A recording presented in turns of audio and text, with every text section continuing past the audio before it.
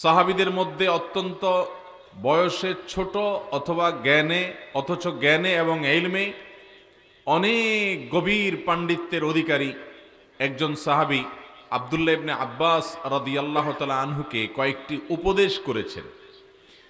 যে চারটি উপদেশ বিশেষভাবে নবী করিম সাল্লাল্লাহু আলাইহি সাল্লাম করেছেন, স্বর্ণের অক্ষরে সেই উপদেশগুলো আমাদের লিখে রাখা দরকার এবং নিজেদের অন্তরে সেগুলোকে গেঁথে রাখা উচিত।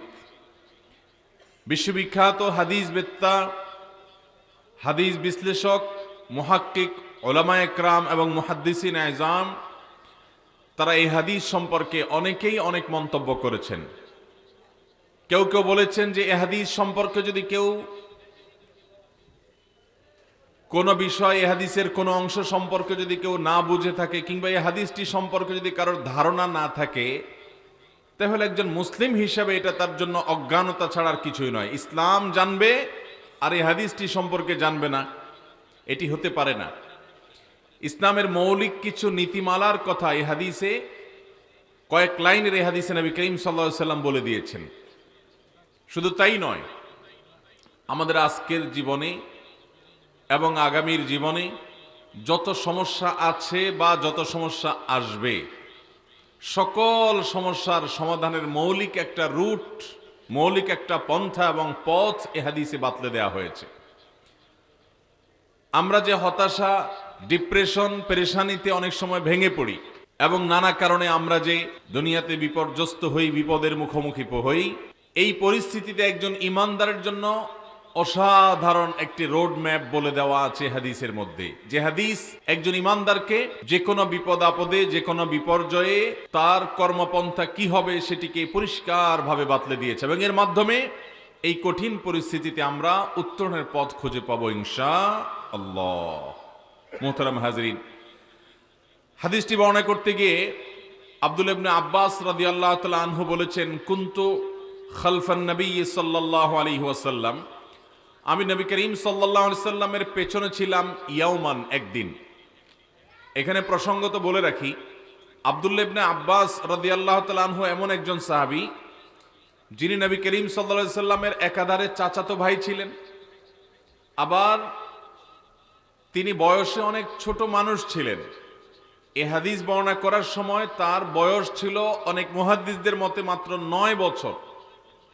মাত্র 9 বছরের একজন কিশোর, একজন বালক এই মহামূল্যবান হাদিস বর্ণনা করছেন। শুধু এই হাদিস নয়, সবচেয়ে বেশি সংখ্যক হাদিস বর্ণনা করেছেন যারা, সেই বিরল ব্যক্তিত্বদের মধ্যে থেকে অন্যতম একজন হলেন এই আব্দুল্লাহ ইবনে আব্বাস রাদিয়াল্লাহু তাআলা আনহু, যিনি উস্তাজুল উম্মাহ। গোটা মুসলিম মিল্লাতের ওলামায়ে কেরাম, যত ইমাম আছেন, যত পণ্ডিত আছেন, সমস্ত ওলামায়ে কেরাম, সমস্ত পণ্ডিতদের উস্তাজ বলা যেতে পারে, মুআল্লিম বলা যেতে পারে। তার ইলম থেকে উপকৃত হওয়া ছাড়া আল্লাহর জমিনে কোনো আলেম, কোনো ইমাম ইমাম হওয়ার সুযোগ নাই, কোনো আলেম আলেম হওয়ার সুযোগ নাই আব্দুল্লাহ ইবনে আব্বাস রাদিয়াল্লাহু তাআলা আনহুর জ্ঞান থেকে আহরণ করা ছাড়া। বয়স কত বলেছিলাম? 9 বছর বয়সে হাদিস বর্ণনা করেছেন। এরপর নবী করিম সাল্লাল্লাহু আলাইহি সাল্লাম যে খুব বেশি দিন বেঁচে ছিলেন তা না। কোন কোন ইতিহাসবিদদের মতে, কোন কোন বর্ণনা মতে হিজরতের মাত্র 3 বছর আগে তিনি দুনিয়াতে এসেছেন, জন্মগ্রহণ করেছেন। তার মানে নবী করিম সাল্লাল্লাহু আলাইহি সাল্লাম দুনিয়া থেকে যখন চলে গেছেন তখন তার বয়স হলো প্রায় 13 বা তার কাছাকাছি সময়।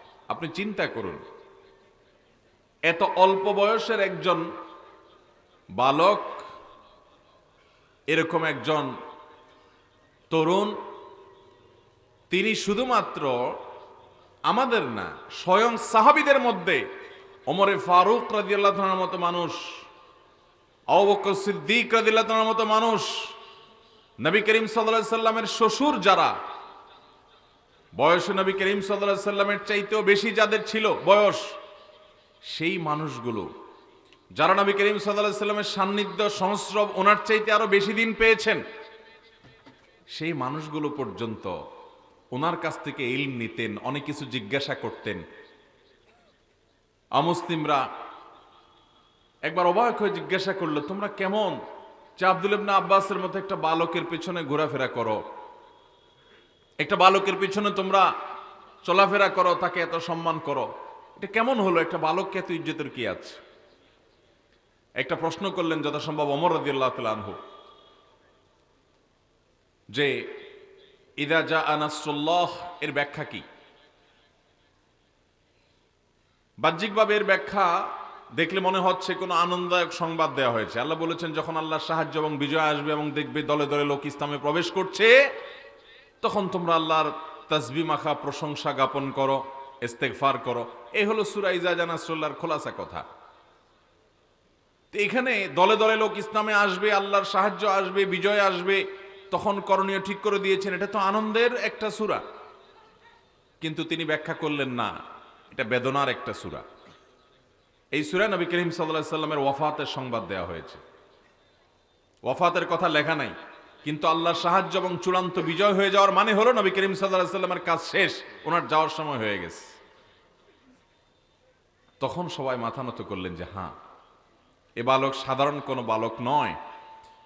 এর অন্যতম একটা কারণ হলো, আপনারা অনেকেই শুনে থাকবেন, সহিহ বুখারীতে বর্ণিত হয়েছে, নবী করিম সাল্লাল্লাহু আলাইহি ওয়াসাল্লাম একদিন ভোর রাতে তাহাজ্জুদের নামাজের জন্য উঠেছেন।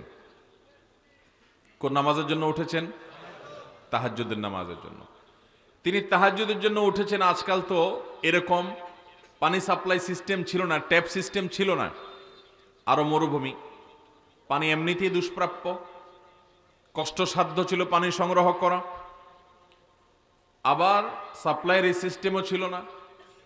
তো আব্দুল্লাহ ইবনে আব্বাস রাদিয়াল্লাহু তাআলা আনহু নবী করিম সাল্লাল্লাহু আলাইহি সাল্লামের সাথে রাতে ছিলেন। বয়সে কিন্তু ছোট মানুষ। তিনি নবী করিম সাল্লাল্লাহু আলাইহি সাল্লামকে ঘুম থেকে উঠতে দেখে, দুঃখিত, ঘুম থেকে উঠছেন নবী করিম সাল্লাল্লাহু আলাইহি সাল্লাম, তার আগেই আব্দুল্লাহ ইবনে আব্বাস রাদিয়াল্লাহু তাআলা আনহু আঁচ করেছেন যে তিনি ঘুম থেকে উঠে প্রতিদিনের মতো আজও তিনি ওয়াশরুমে যাবেন, ওয়াশরুমের কাজ সারবেন, ওযু করবেন এবং তাহাজ্জুদে দাঁড়াবেন। নবী করিম সাল্লাল্লাহু আলাইহি সাল্লাম যখন ওয়াশরুমে গেলেন, তিনি পানিটা রেখে দিলেন। এমন জায়গায় রেখে দিয়েছেন যে একটু আগেও না একটু পিছেও না, মানে বিচক্ষণতার সাথে যেই জায়গা রাখলে ওনার নিতে সবচেয়ে বেশি উপকার সহজ হবে এবং কোনো কষ্ট পেতে হবে না, কোনো বেগ পেতে হবে না, কোনো বিব্রতকর পরিস্থিতির মধ্যে পড়তে হবে না, ঠিক সেই রকম জায়গা পানি রেখে দিয়েছে। শুধু পানি নয়, সবকিছু এরকম গুছিয়ে যেটা যেখানে রাখা দরকার পারফেক্ট জায়গা মতো রেখে চরম বুদ্ধিমত্তার পরিচয় দিয়েছেন। নবী করিম সাল্লাল্লাহু আলাইহি সাল্লাম দেখলেন যে এরকম চমৎকার আয়োজন এবং এরকম অসাধারণ সেবা একজন বালক করেছে। নবী সাল্লাল্লাহু আলাইহি সাল্লাম এটি জানার পর তার জন্য দোয়া করলেন, আল্লাহুম্মা ফাক্কিহু ফিদ্দীন ওয়া আল্লিমহুল কিতাব। আল্লাহ, এই বালককে আপনি ইসলামের জ্ঞান দান করেন আর এই কোরআনের ব্যাখ্যার নলেজ আপনি তাকে দান করেন। এমন দেওয়া দিছেন আল্লাহ তাআলা, ওই বালকের কাছ থেকে জ্ঞান নেওয়া ছাড়া আল্লাহর জমিনে আজও পর্যন্ত এত বড় বড় ইমাম গত হয়েছে, 12 খণ্ড, 15 খণ্ড, 20 খণ্ড, 25 ভলিউমের বিশাল বড় বড় গ্রন্থের রচয়িতা, গোটা আলমিরা, গোটা আপনার বুক সেলফ ফুল হয়ে যাবে একটা গ্রন্থে। এত বড় বড় গ্রন্থ, বহু গ্রন্থ, কালজয়ী গ্রন্থের রচয়িতারা, যাদেরকে আমরা ইমাম হিসাবে স্মরণ করি, ইসলামের ইতিহাসের মহান পণ্ডিত ব্যক্তিবর্গ, একজনও নাই যে আব্দুল্লাহ ইবনে আব্বাস রাদিয়াল্লাহু তাআলার ইলম থেকে উপকৃত হওয়া ছাড়া কোরআনের তাফসীর বা ইসলাম বুঝার সাধ্য আছে। এরকম বড় জায়গায় আল্লাহ তাআলা নিয়ে গেছেন। নবীজি সাল্লাল্লাহু আলাইহি সাল্লামের দোয়া পেয়েছেন এই বালক, নাম কি? আব্দুল্লাহ ইবনে আব্বাস রাদিয়াল্লাহু তাআলা। আমাদের যুবকরা আজকাল কত খেলোয়াড়ের নাম জানে, ইসলামের ইতিহাসের এ সকল তারকা, এ সকল মহান ব্যক্তিত্বদের সাথে আমরা পরিচিত নই, আমরা জানি না তাদের ইতিহাস। আল্লাহ রাব্বুল আলামিন আমাদেরকে তাদের প্রকৃত অনুসারী হওয়ার তৌফিক দান করুন। আব্দুল্লাহ ইবনে আব্বাস রাদিয়াল্লাহু তাআলা আনহু, তার সম্পর্কে আলোচনা করা আমার আজকে উদ্দেশ্য না। আমি শুধুমাত্র এই আলোচনাটা, তিনি যেহেতু হাদিস বর্ণনা করেছেন এবং নবী করিম সাল্লাল্লাহু আলাইহি সাল্লাম একান্তে তাকে কিছু উপদেশ করেছেন, খুব স্নেহ করতেন, খুব মায়া করতেন, 4টি উপদেশ করেছেন। সেই উপদেশগুলো আমাদের জন্য উপযোগী, অনেক বেশি উপকারী। আজকের বাস্তবতায়, আজকের প্রেক্ষাপটে এগুলো আরো বেশি আমাদের অন্তরে গেঁথে রাখা উচিত। আপনি কারো থেকে কষ্ট পাবেন না, আপনি কারোর কাছ থেকে আঘাত পাবেন না, আপনার জীবনের অনেক সমস্যার সমাধান হবে। এই 4টি উপদেশ যদি আপনি গেঁথে ফেলতে পারেন আপনার মনে, সবাই চেষ্টা করবেন তো ইনশাআল্লাহ। সেই সাথে একটু বলে রাখি, এই বালক আব্দুল্লাহ ইবনে আব্বাস রাদিয়াল্লাহু তাআলা আনহু এত অল্প বয়সে নবী করিম সাল্লাল্লাহু আলাইহি সাল্লামের সাথে সাথে থাকতেন। কত সাথে থাকতেন যে নবী সাল্লাল্লাহু আলাইহি সাল্লাম একান্তে তাকে পেয়েছেন। তার সান্নিধ্য পাওয়ার জন্য কত শত সাহাবীরা তার পেছনে ঘুরঘুর করতেন। অথচ আব্দুল্লাহ ইবনে আব্বাস রাদিয়াল্লাহু তাআলা আনহু তার এত কাছাকাছি ছিলেন যে তাকে একান্ত ডেকে খুব আদরের সাথে বলেছেন, ইয়া গোলাম, হে বালক, হে বৎস, হে ছোট শিশু, ইন্নী উআল্লিমুকা কালিমাত, আমি তোমাকে কিছু বাক্য শিখিয়ে যেতে চাই, কিছু বাক্য শিখিয়ে যেতে চাই। আল্লাহর নবী বলছেন আমি তোমাকে কিছু বাক্য শিক্ষা দিয়ে যেতে চাই। কত স্নেহ করতেন। এত স্নেহ কই এমনি এমনি পেয়েছেন? নবী সাল্লাল্লাহু আলাইহি সাল্লামের দোয়া পেয়েছেন। কারণ এ বালকের মধ্যে নবী করিম সাল্লাল্লাহু আলাইহি সাল্লামের সেবা, তাকে শ্রদ্ধা করা, তার খেদমত করা, তার দোয়া নেওয়ার মতো সেরকম উপযোগী মানুষ হিসাবে সে নিজেকে গড়ে তুলতে পেরেছেন। এই জন্য আল্লাহ নবীর দোয়াও পেয়েছেন এবং এমন দোয়া করেছেন, আল্লাহুম্মা ফাক্কিহু ফিদ্দীন ওয়া আল্লিমহুত তাওয়ীল, আল্লাহ ইসলামের জ্ঞান তাকে দেন, কোরআনের ব্যাখ্যা তাকে বুঝার তৌফিক দেন। এমন বুঝাই বুঝছেন, এমন জানাই জানছেন যে আজও পর্যন্ত কোন আয়াতের তাফসিরে বড় বড় মুফাসসির, তার পরের কথা মুফাসসিরদের তাফসির পড়া ছাত্র যারা আজকের ওলামায়ে কেরাম, আব্দুল্লাহ ইবনে আব্বাস রাদিয়াল্লাহু তাআলা কি বলেছেন সেটা খোঁজার চেষ্টা করেন। ভাইরা আমার, আমাদের আজকালকার যে বালকরা, আমাদের যে ছোট ছেলে মেয়েরা আছে, এদেরকে একটু কম্পেয়ার করেন তো।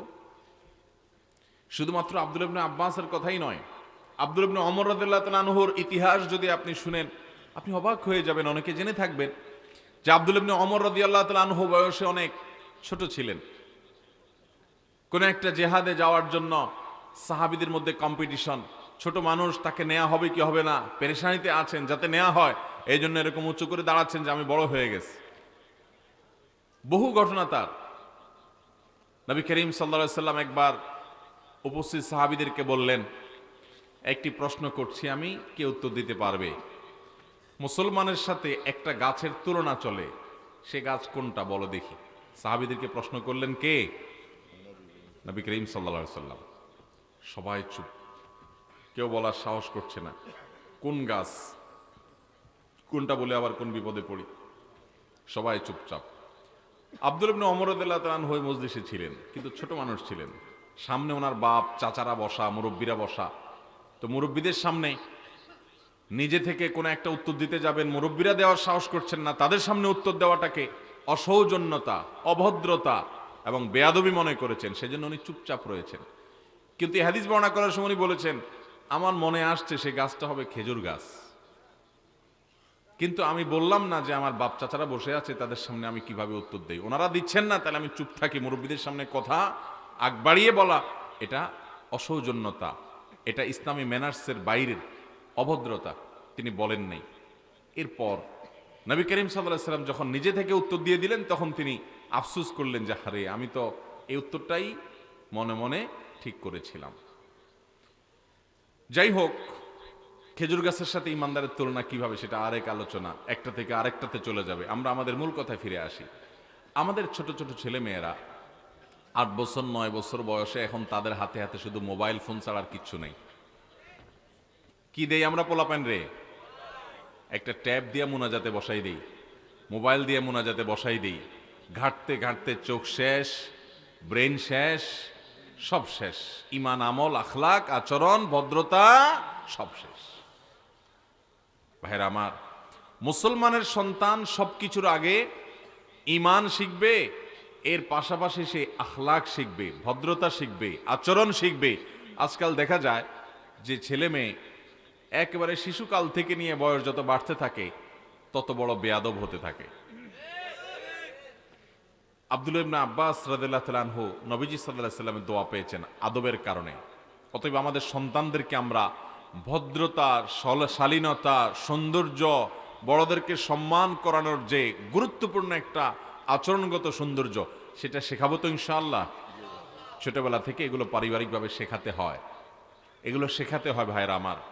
তাহলে এই সাহাবীর মতো এরকম মহান ব্যক্তিত্ব হওয়ার তৌফিক আল্লাহ তাআলা, তার মতো না হলেও তার অনুসারী হিসেবে বড় আলিম হওয়ার, বড় দায়ী হওয়ার এবং কোরআনের নলেজওয়ালা মানুষ হওয়ার তৌফিক আল্লাহ তাআলা দিবেন ইনশাআল্লাহ। তো যে হাদিসটি বলছিলাম, আব্দুল্লাহ ইবনে আব্বাস রাদিয়াল্লাহু তাআলা বর্ণনা করেছেন যে আমি একবার নবী করিম সাল্লাল্লাহু আলাইহি সাল্লামের পেছনে ছিলাম, তিনি আমাকে বললেন, ইয়া গোলাম, হে ছেলে, ইন্নী উআল্লিমুকা কালিমাত, হে বালক, তোমাকে আমি কয়েকটি কথা শিক্ষা দিতে চাই। এখানে মূলত 4টি বিষয় নবী সাল্লাল্লাহু আলাইহি সাল্লাম তাকে উপদেশ দিয়েছেন। তার প্রথমটি হলো ইহফাজিল্লাহ ইয়াহফাজুক, তুমি আল্লাহর আদেশ নিষেধকে, আল্লাহর ফরজ বিধানকে, আল্লাহর হারাম বিষয়গুলোকে মেনে চলবে, অর্থাৎ ফরজগুলোকে অবশ্যই করবে, হারামগুলো থেকে বেঁচে থাকবে। আল্লাহ যা করতে বলেছেন সেটা করবে, যা নিষেধ করেছেন তা থেকে বেঁচে থাকবে।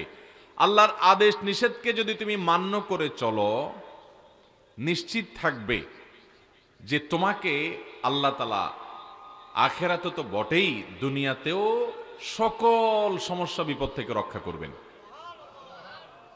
আল্লাহর আদেশ নিষেধের মধ্যে যদি তোমার পুরো জীবনকে পরিচালিত করো, তোমার রক্ষাকারী হবেন কে?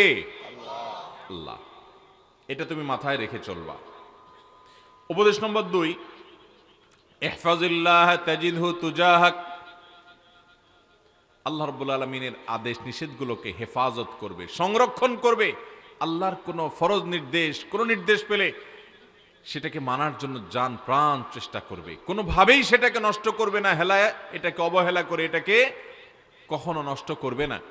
তুমি আল্লাহর বিধিবিধানগুলোকে যদি রক্ষা করে চলো, তাজিদহু তুজাহাক, আল্লাহর সাহায্য তুমি তোমার চোখের সামনে দেখতে পাবা। ভাইরা আমার, আমরা আজকাল ইসলাম ঝেড়ে ফেলে দিয়ে তারপরে দুনিয়ার উন্নতি চাই। মুসলমানের উন্নতির মূল পথই হলো আল্লাহ এবং তার রাসূল সাল্লাল্লাহু আলাইহি সাল্লামের বাতানো পথ। ওই পথের বাইরে গিয়ে মুসলমান কখনো উন্নতি করতে পারবে? নবী করিম সাল্লাল্লাহু আলাইহি সাল্লাম সে কথা বলে দিয়েছেন, ইহফাজিল্লাহ তাজিদহু তুজাহাক, তুমি আল্লাহর প্রতিটি কথাকে হেফাজত করবে, অর্থাৎ মেনে চলবে। আল্লাহর কোন নির্দেশকে নষ্ট করবে না, পাই পাই করে প্রতিটি কদমে কদমে প্রতিটি বিষয়কে তুমি মেনে মেনে চলার চেষ্টা করবে, কোনোটাকে নষ্ট করবে না। যদি এমন করে চলতে পারো, তাজিদহু তুজাহাক, তুমি আল্লাহকে, আল্লাহর সাহায্যকে তোমার সামনে দেখতে পাবে, পেছনে না, একেবারে সামনে আল্লাহর সাহায্য তোমার দিকে আসবে। আল্লাহ তাআলা সাহাবীদেরকে সাহায্য করেন নাই? কিরকম সাহায্য করছেন ভাই? মাত্র 10 বছর সময় মদিনাতে পেয়েছেন। কয় বছর? 10 বছর। 10 বছরে একজন মানুষ চাকরি বাকরি শুরু করলে শুধুমাত্র হাবভাব বুঝতে বুঝতেই 10 বছর চলে যায়। একটা ফ্যামিলি গরিব থেকে ধনী হতেও 10 বছর যথেষ্ট না, বহু বছর চাকরি করা লাগে। 2 নম্বর পথেও পারে না, হালাল পথে পটিপ। অথচ মাত্র 10 বছরে সাহাবা একরাম গোটা পৃথিবীর সবচাইতে দুর্বল শক্তি থেকে সারা বিশ্বের সুপার পাওয়ারে পরিণত হয়েছেন। কয় বছর সময় নিয়েছেন? 10 বছর। আমাদের দেশে বা পৃথিবীর গণতান্ত্রিক অনেক দেশে সরকার 5 বছর 4 বছরের জন্য ক্ষমতায় আসে। 2 টার্ম 3 টার্ম থাকার পরও মনে হয় যে আরো অনেক কাজ বাকি।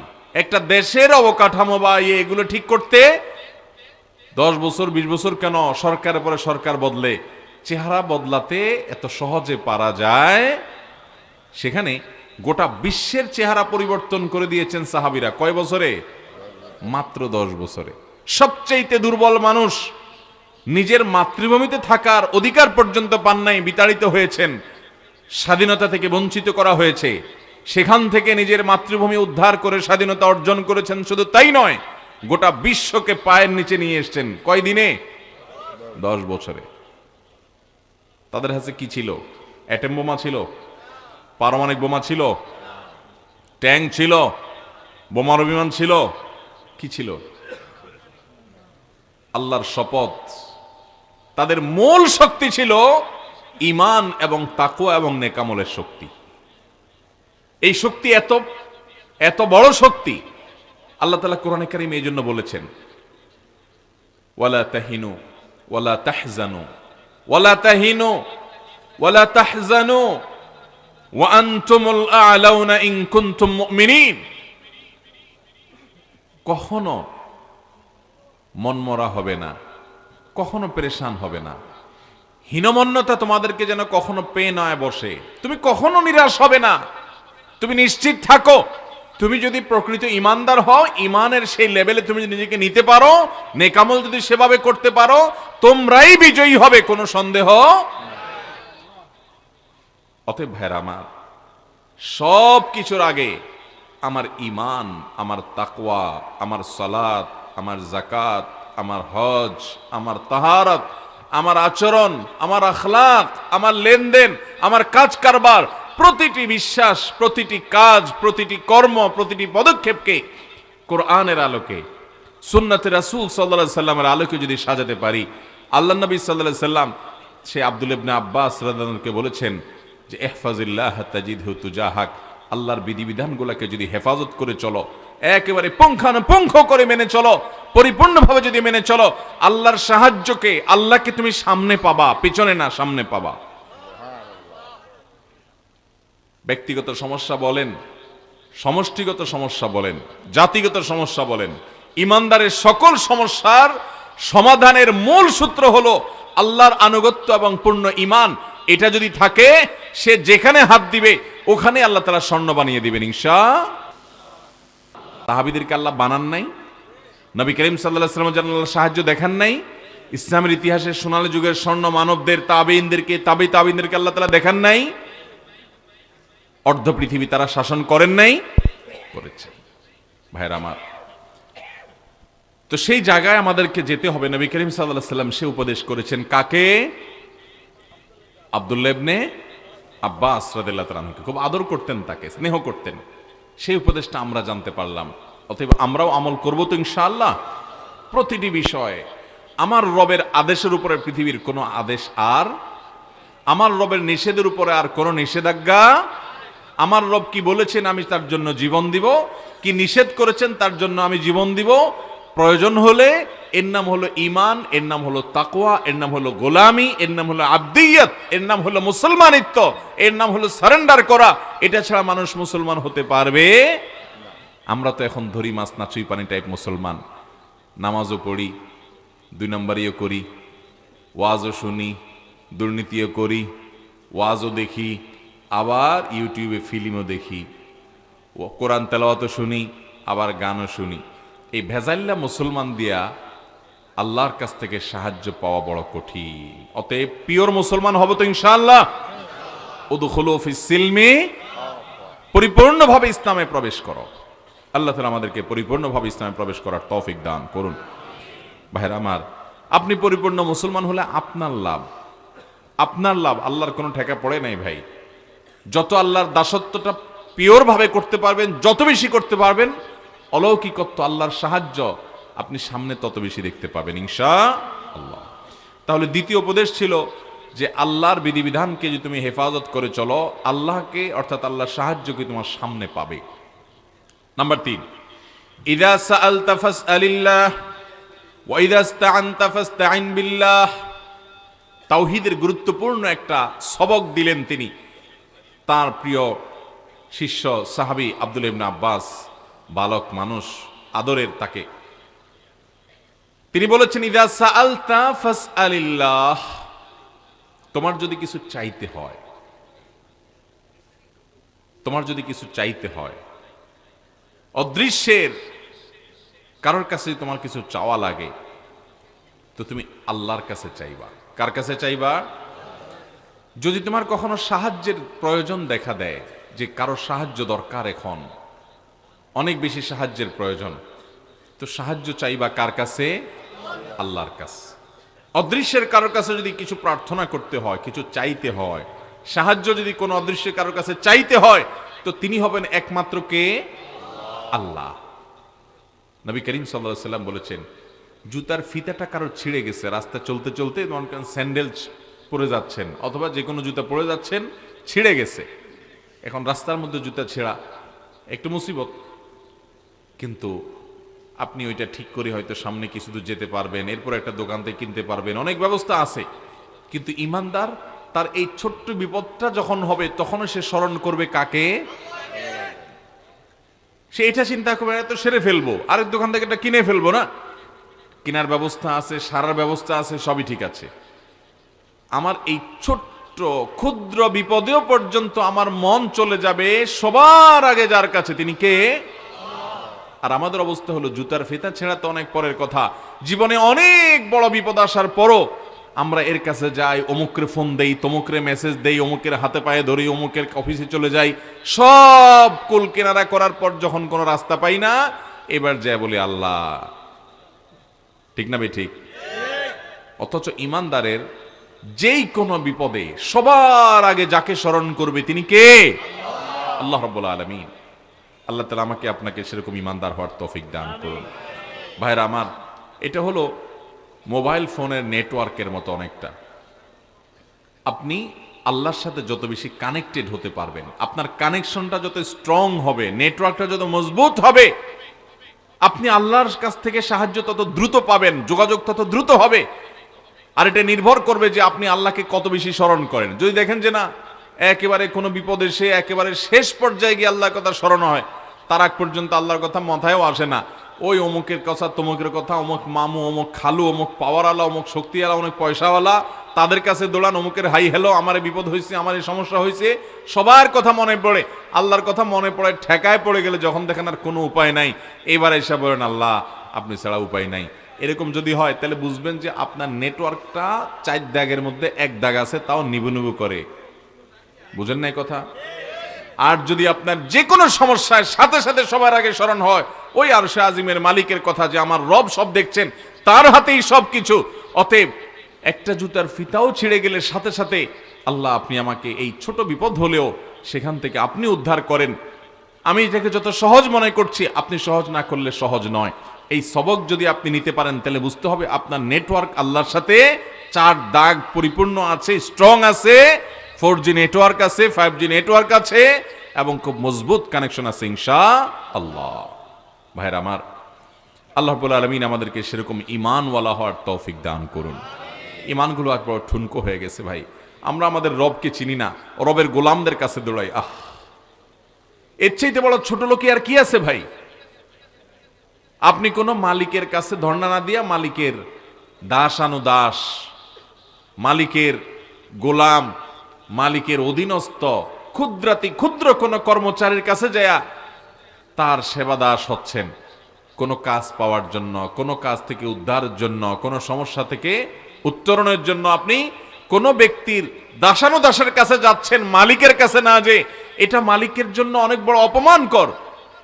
আরশে আজিমের মালিক, সব কিছু যার হাতে, আল্লাহ রাব্বুল আলামিনের কাছে না চেয়ে, তার দিকে না যেয়ে তার গোলামদের দুয়ারে দুয়ারে দৌড়াচ্ছেন, তাদের অফিসে অফিস দৌড়াচ্ছেন, এটা আল্লাহর শানে, এটা আল্লাহর শানে বেয়াদবি, এটা ঈমানের সাথে যায় না।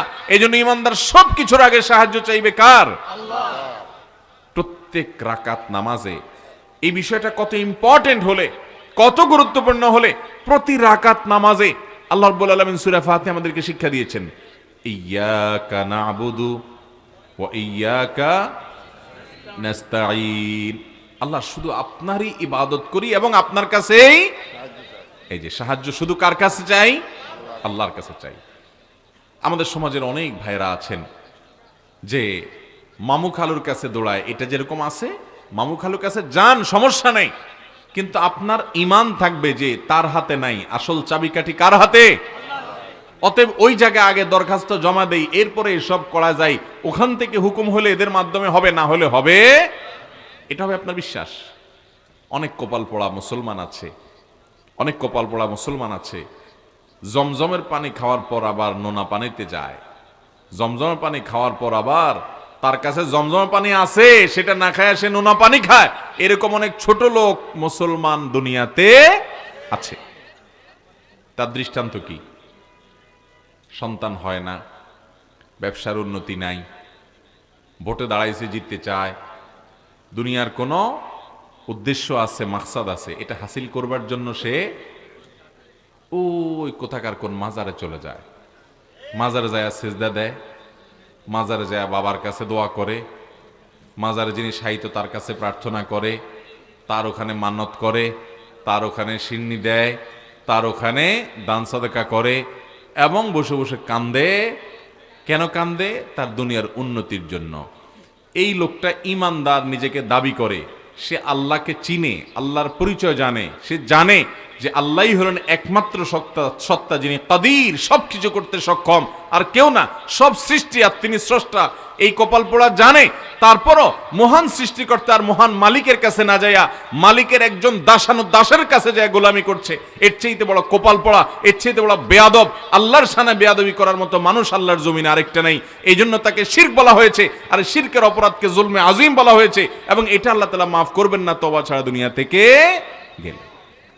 এরকম কপাল পোড়া আমাদের মধ্যে আছে না নাই? আহা ভাইরা আমার, এই শিরক আমরা অনেকভাবে করছি। অনেকে ভালোবাসেন, আপনি এমন ভালোবাসা বাসেন তার জন্য জীবন দিতে পারবেন। জীবন যদি কারোর জন্য দিতে হয় ভালোবাসায়, তিনি কে? একমাত্র আল্লাহ। আমার জীবন যদি কারোর ভালোবাসায় বেলানোর মতো ইমানের শক্তি আমার মধ্যে থাকে, তো তিনি কে হবেন? একমাত্র আল্লাহ রাব্বুল আলামিন। যার নির্দেশে আমি গভীর রাত পর্যন্ত জেগে থাকবো, যার ভালোবাসায় আমি গভীর রাত পর্যন্ত জেগে থাকবো। আজ মুসলমান রাত 1টা 2টা 3টা পর্যন্ত জেগে থাকে কাফেরের খেলা দেখার জন্য। আল্লাহর ভালোবাসায় ফজর পর্যন্ত জাগার তৌফিক হয় না। আল্লাহ এই দুর্ভাগা হতভাগা মুসলমানিত্ব থেকে আমাদেরকে পিওর এবং খাঁটি মুসলমান হওয়ার তৌফিক দান করুন। ভাইরা আমার, নফসের গোলামি করে শয়তানের কথা শুনে বহু সময় কাটাইছেন। আসেন একটু আল্লাহর গোলামি কিছুদিন করে দেখেন। আমি আল্লাহর শপথ করে বলতে পারি, আল্লাহর দাসদের গোলামি করে যে তৃপ্তি পাইছেন, যতটুকু পাইছেন, আরশে আজিমের মালিকের গোলামি করলে তার চেয়ে অনেক বেশি মজা পাবেন ইনশাআল্লাহ। সালহাতু সঙ্গে বুদি দিল খারাস, আজমুদে এক জামানা খাকে বাস। বহুকাল তো ভাই পাথর হয়েছিলেন, আসেন না একটু মাটি হয়ে দেখেন, একটু চোখের পানি ফেলে, একটু সেজদায় লুটিয়ে পড়ে। খেলার জন্য তো বহু রাত জাগছেন, আসেন না একটু শীতের সময় ফজরের সময় উঠে আল্লাহর মহব্বতে আরামের ঘুম হারাম করে কম্বলটা ফেলে দিয়ে আসেন একটু ওযু করে সেজদায় লুটিয়ে পড়ে দেখেন। আল্লাহর শপথ করে বলছি, আপনার অন্তরে এক ধরনের স্বাদ অনুভব হবে যে আমি আমার মালিককে সেজদা নিবেদন করতে পারছি, আলহামদুলিল্লাহ। বহুত কপাল পোড়া শুয়ে আছে, আল্লাহ আমাকে তৌফিক দিয়েছে। কৃতজ্ঞতায় মাথা অবনত হবে, আল্লাহ শুকরিয়া আদায় করতে পারবেন। চেষ্টা করবেন তো ইনশাআল্লাহ? ভাইরা আমার, আল্লাহর সঙ্গে ভালোবাসা শিরক করছি আমরা, শিরক। ওয়াল্লাযীনা আমানু আশাদ্দু হুব্বাল লিল্লাহ। যারা আল্লাহর প্রতি ঈমান আনছে, যারা আল্লাহকে চিনছে, এরা আল্লাহকে সবচেয়ে বেশি ভালোবাসে। আল্লাহর সাথে কারোর ভালোবাসা কোনো তুলনা চলে না। এইরকম ভালোবাসা আসছে। ভাইরা আমার, যে ভালোবাসায় সুমাইয়া রাদিয়াল্লাহু তাআলা আনহা জীবন দিয়ে দিয়েছেন, কোনো এটার জন্য কোনো আফসোস হয় নাই। যেটার জন্য হামজা রাদিয়াল্লাহু তাআলা আনহু শাহাদাত বরণ করেছেন, কোনো আফসোস হয় নাই, প্রাউড ফিল করেছেন। হামজা রাদিয়াল্লাহু তাআলা জীবন দিয়েছেন, হাজারো লাখ সাহাবী জীবন দিয়েছেন, আল্লাহর মহব্বতে ভালোবাসা তারা প্রাউড ফিল করেছেন, এবং হাসতে হাসতে এই পথ তারা বরণ করেছেন। জীবন দেওয়ার মতো পরিস্থিতি পরিবেশ আমাদের সব সময় আসে না ভাই, কিন্তু আল্লাহর নির্দেশ পালন করার জন্য জীবন না, জীবন অনেক পরে। আল্লাহর নির্দেশ পালনার্থে কম্বলটা ত্যাগ করতে হবে, জীবন পরে। জীবন পরে ত্যাগ করেন, ফজরের সময় কম্বল ত্যাগ করার মতো সৎ সাহস রাখবেন তো ইনশাআল্লাহ? ভাইরা আমার,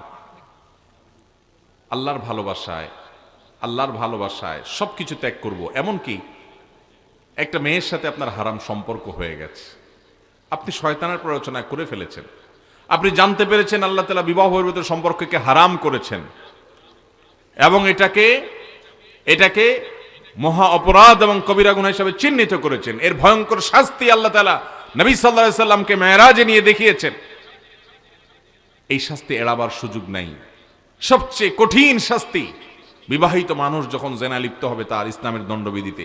এসব জানার পর আল্লাহ তাআলার এই নিষেধাজ্ঞার কথা মাথায় রেখে আপনি লজ্জিত হয়ে আল্লাহর মহব্বতে, আল্লাহর ভালোবাসা, আপনার দুনিয়ার এই 2 নম্বর ভালোবাসাকে কাট করে দিলেন। চেষ্টা করা যাবে ইনশাআল্লাহ? ভাইরা আমার, ত্যাগের মধ্যে, আল্লাহর মহব্বতের কারণে যে ত্যাগ হয়, ত্যাগের মধ্যে অসম্ভব শান্তি আছে। আসিয়া ফেরাউনের স্ত্রী নিজের স্বামীকে ত্যাগ করে ছেড়ে দিয়েছে। কার মহব্বতে? আল্লাহর মহব্বতে। লস করছেন না লাভ করছেন? এমন লাভ করছেন, হাজার হাজার বছর চলে গেছে। আজও পৃথিবীতে আসিয়াকে মহব্বত করা, শ্রদ্ধা করা, এহতেরাম করা, সম্মান করা, স্যালিউট জানানোর মতো মানুষ পৃথিবীতে অভাব হয় না, কিয়ামত পর্যন্ত হবেও। আর ওই 2 নম্বর ভালোবাসা, যেটা বিবাহ বহির্ভূত সম্পর্ক, এটার জন্য অনেকে জীবন দিছে, অনেক কিছু করছে। একজনের নাম বলতে পারেন যে পৃথিবীর ইতিহাসে চিরস্মরণীয়, বরণীয়, হাজার হাজার বছর ধরে সবাই তাকে স্মরণ করে? বলতে পারবেন? ভাইরা আমার, অতএব আল্লাহর জন্য ত্যাগ, এটা আমাদেরকে সম্মান এনে দিবে, দুনিয়া আখিরাতে কল্যাণ এনে দিবে। শয়তান আমাদের শত্রু, সে আমাদেরকে এগুলো বুঝতে দেয় না। তওবা করবো তো ইনশাআল্লাহ। বিভিন্নভাবে আমরা আল্লাহর সঙ্গে শিরক করি, আমি সেদিকে যাব না। তো তৃতীয়ত যে উপদেশ নবী সাল্লাল্লাহু আলাইহি ওয়াসাল্লাম আব্দুল্লাহ ইবনে আব্বাসকে করেছেন, ইযা সাআলতা ফাসআলিল্লাহ ওয়া ইযা ইসতাআনতা ফাসতাইন বিল্লাহ। যখন কিছু চাইবা, কার কাছে চাইবা? যখন সাহায্য চাইতে হবে, কার কাছে সাহায্য চাইতে হবে? আল্লাহর কাছে। আল্লাহর কাছে এমন ভাবে সাহায্য চাইবেন যে আল্লাহ তাআলা না দিয়ে যাবেন না, আল্লাহ তাআলা দিবেন আপনাকে। এবং সবার আগে মনটা কোথায় যেতে হবে? আল্লাহর দিকে। অসুখ হলে আমাদের সবার আগে মনে করেন আপনার জ্বর আসছে। কি আসছে? জ্বর আসছে, আপনার শরীরটা ব্যথা, সবার আগে মনে পড়ে কিসের নাম? তাহলে তো সব ফেরেশতা এখানে দেখা যাচ্ছে। আমার তো সবার আগে নাপার কথা মনে আসে। আল্লাহ তাআলা আমাদেরকে মাফ করুক। ভাইরা, জ্বর আসলে শরীরে সবার আগে আসলে সত্যি সত্যি বলেন কার কথা মনে আসে? কিছু বুজুর্গ নেককার আছে, এদের আল্লাহর কথা মনে আসে, মাশাআল্লাহ আছে আল্লাহর কিছু বান্দা। বাকি বেশিরভাগ মানুষের মনে আসে কার কথা? প্যারাসিটামল নাপার কথা। ঠিক না ভাইরা আমার? পেটে ব্যথা শুরু হয়েছে, সবার আগে মনে আসে ডাক্তার সাহেবের কথা। ঠিকই না বলেন? ঠিক আছে, আপনি ডাক্তারের কাছে অবশ্যই যাবেন। নবী করিম সাল্লাল্লাহু আলাইহি ওয়াসাল্লাম নির্দেশ করেছেন, তোমরা ঔষধ গ্রহণ করো, কারণ আল্লাহ তাআলা এমন কোনো রোগ সৃষ্টি করেন না যার জন্য ঔষধ বা প্রতিষেধক সৃষ্টি করেন নাই। ওষুধ গ্রহণ করো। ওষুধ গ্রহণ করা, চিকিৎসা গ্রহণ করা, এটা সুন্নাহ, অসুবিধা নাই। কিন্তু ইমানদারের যেই কোনো অসুবিধায় সবার আগে যাকে তিনি স্মরণ করবেন তিনি হলেন আল্লাহ রাব্বুল আলামিন। যে আল্লাহ, জ্বর হয়েছে, আপনি আমাকে রক্ষা করেন। ঠিক আছে, আমি ডাক্তারের কাছে যাচ্ছি, ঠিক আছে আমি নাপা প্যারাসিটামল খাচ্ছি, ঠিক আছে আমি শরীর মুছে তেনা দিয়ে, ভিজা তেনা দিয়ে মুছে জ্বর দূর করার চেষ্টা করছি, কিন্তু আল্লাহ আপনি সাহায্য করেন, আপনি হেফাজত করেন। মনটা সবার আগে কার কাছে যাবে? আল্লাহর কাছে। ওই ছোট বাচ্চার মতো। ছোট বাচ্চা কেউ যদি তারা একটা ধাক্কা দেয়, একটু বকা দেয়, একটা গালি দেয়, একটা মাইট দেয়, একটা ঘুষি দেয়, একটা থাপ্পড় দেয়, ছোট্ট 2, 3, 4 বছরের পোলাপান সবার আগে কারে ডাক দেয়? মা। স্মরণ আসে কার কথা? কারণ সে জানে তার মায়ের চাইতে আপন এই মুহূর্তে তার জন্য কেউ নাই। ভাইরা আমার, ইমানদারের জন্য, ইমানদারের মূল আশ্রয়স্থল হলেন আল্লাহ রাব্বুল আলামিন। আমাদের ইমানগুলো বড় ঠুনকো হয়ে গেছে, বড় দুর্বল হয়ে গেছে, আল্লাহর কথা স্মরণ আসে না। আমি নিজেও ভাই এই রোগ থেকে মুক্ত না, আপনাদেরকে বলছি আমিও এই রোগ থেকে ঊর্ধ্বে উঠতে পারি নাই। আল্লাহ রাব্বুল আলামিন আমাকে, আপনাকে, আমাদের সবাইকে আল্লাহ তাআলার সাচ্চা ইমানদার বান্দা হওয়ার তৌফিক দান করুন। ইমানের একেবারে ডিপে যাওয়ার, গভীরে যাওয়ার তৌফিক আল্লাহ তাআলা আমাদেরকে নসিব করুন। সবার আগে যেন আমাদের রবকে আমরা স্মরণ করতে পারি, সেরকম ইমানওয়ালা হওয়ার তৌফিক নসিব করুন। সেটা যেদিন হইতে পারবেন, ওই যে সেদিন দেখবেন তাজিদহু তুজাহাক, আল্লাহ সাহায্যকে চোখের সামনে দেখতে পাবেন। চেষ্টা করা যাবে না ইনশাআল্লাহ? এরপরে এই 3 নম্বর উপদেশেরই পরিপূরক কথাগুলো নবী সাল্লাল্লাহু আলাইহি সাল্লাম বলেছেন 4 নম্বরে এসে। এই কথাগুলো ভালো করে শুনে রাখেন, এবং এই কথাগুলো পারলে কোনো সুন্দর কাগজে লিখে নিজের অফিসে, বাসা, যেখানে সবসময় আপনি থাকেন তার আশেপাশে একটু লিখে রাখবেন। আর তার চেয়ে বেশি দরকারি হলো অন্তরের গভীরে আপনি এটাকে লিখে রাখবেন, একদম গেঁথে ফেলবেন। কথাগুলো মন দিয়ে শুনেন।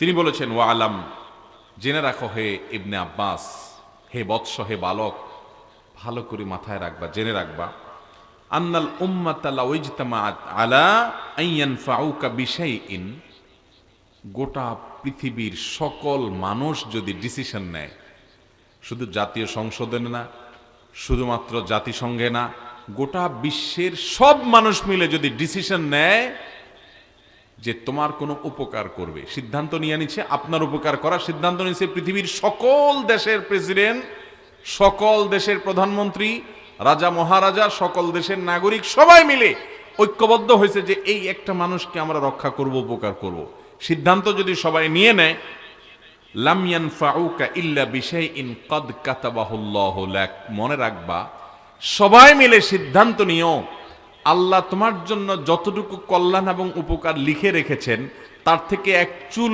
পরিমাণও বেশি উপকার করতে সবাই মিলে পারবে না। ঈমান সবক। আর ওয়াইন ইজতামাউ আলা আন ইয়াদুররুকা বিশাইইন, আর যদি গোটা পৃথিবীর মানুষ সবাই মিলে সিদ্ধান্ত নেয় তোমার কোনো ক্ষতি করবে, তোমাকে শেষ করবে, যদি ডিসিশন নেয় সবাই মিলে, লাম ইয়াদুররুকা ইল্লা বিশাইইন ক্বাদ কাতাবাহুল্লাহু আলাইক, আল্লাহ তাআলা তোমার ব্যাপারে যতটুকু ক্ষতি হওয়ার কথা লিখে রেখেছেন তার থেকে এক চুল পরিমাণ বেশি ক্ষতি করার ক্ষমতা কারোর নাই। রুফিআতিল আকলাম, সব লেখা হয়ে গেছে।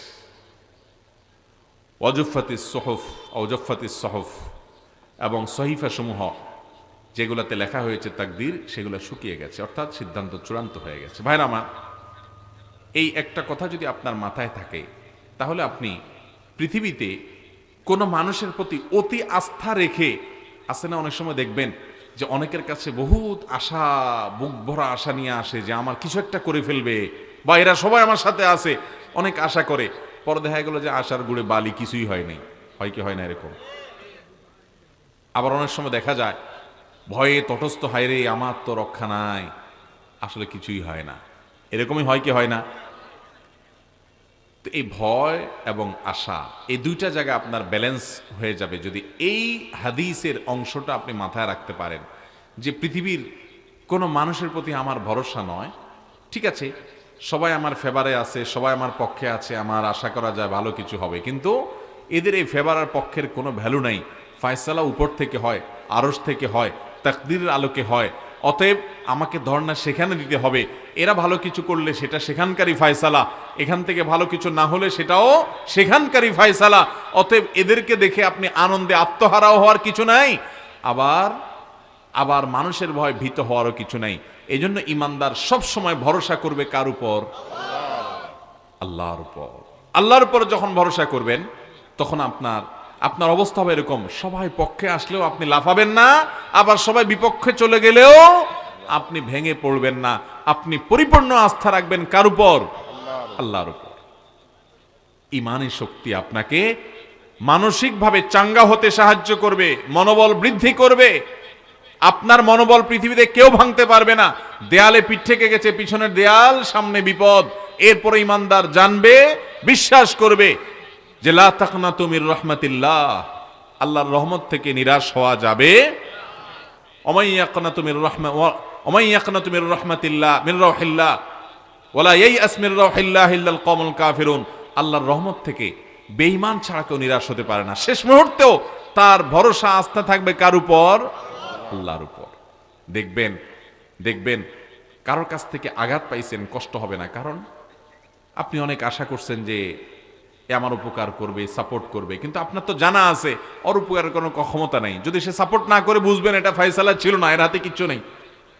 আর যদি এক জায়গা থেকে খুব ক্ষতির আশঙ্কা করছেন, ভেঙে পড়বেন না, নিশ্চিত থাকেন যতটুকু ক্ষতি আপনার নসিবে লেখা আছে ততটুকুই হবে, এর বেশি হবে না, টেনশনের কোনো কারণ নাই।